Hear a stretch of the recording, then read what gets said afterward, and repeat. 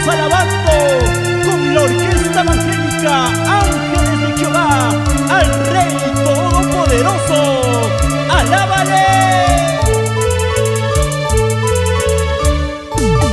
Padre amado, Dios poderoso, quiero cantarte con toda mi alma.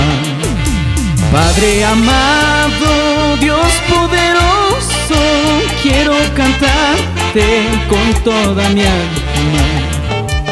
Porque tú eres quien me salvaste, porque tú eres la vida eterna. Porque tú eres quien me salvaste, porque tú eres la vida eterna. Por precio fuisteis comprados, no os hagáis esclavos de los hombres, dice la palabra de Dios.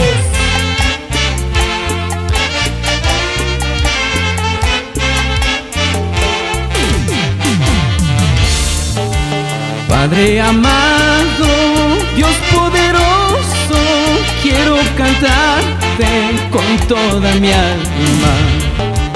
Padre amado, Dios poderoso, quiero cantarte con toda mi alma. Porque tú eres quien me salvaste, porque tú eres la vida eterna. Porque tú eres quien me salvaste, porque tú eres la vida eterna.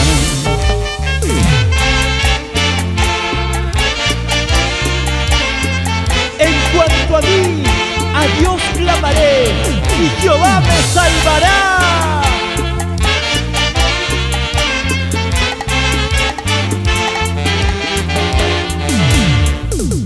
Alabemos al Señor, dando palmas con gozo. Adoremos, hermanos, con alegría al Señor. Alabemos al Señor, dando palmas con gozo. Adoremos, hermanos, con alegría al Señor. Vamos, alábale a Dios. Dele fuertes palmas al Rey de Reyes, porque Él es santo para